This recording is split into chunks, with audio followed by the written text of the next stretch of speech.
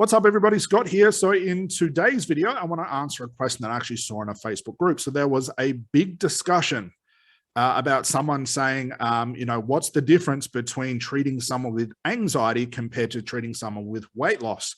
And this was a question that was in the group that had the most amount of responses. So I want to sort of throw my hat into the ring when it comes to this. So the responses were sort of differentiated from, well, anxiety is not as big as weight loss. You want to charge more for weight loss, less with anxiety. Some people were saying it's really the same thing. Some people have some really out there views, which is fine, about how to answer this question. The way I look at it like this: if you're putting pressure on yourself as a therapist or a coach, you're not going to perform that well. And what I mean by pressure is, as soon as you start categorizing that, let's say weight loss is a bigger problem than anxiety, or anxiety is a deeper problem than stop smoking. Stop smoking is easier to work with rather than, like driving phobias. You are now categorizing symptoms. A smoking client, weight loss client, anxiety clients, these are symptoms. And as soon as you start to categorize these symptoms into one's bigger or one's deeper than the other, one's harder to work with, one's easier to work with, now you're presuming a lot of things. You don't know what your client's problem is until you do a proper investigation phase. There is no point thinking or putting pressure on yourself or making it harder on yourself to think, well, I can't work with anxiety because that's a deeper problem, more of a psychological problem than weight loss, because these are all symptoms.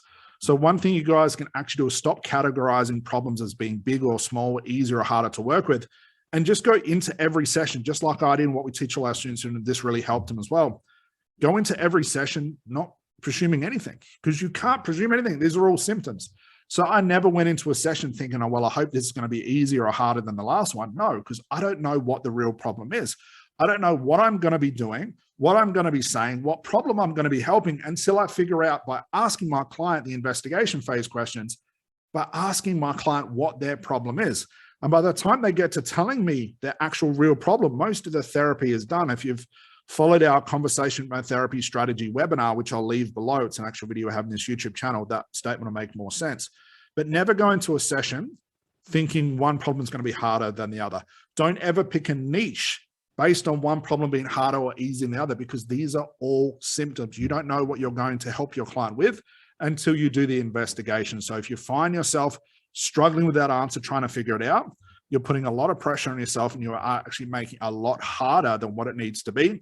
I look at all problems are the same. They all start the same. The solutions are the same. I've just got to get our client into a place where they can find that solution, but I don't know what the problem is until I ask them and get past all that symptom stuff that they're going to tell me.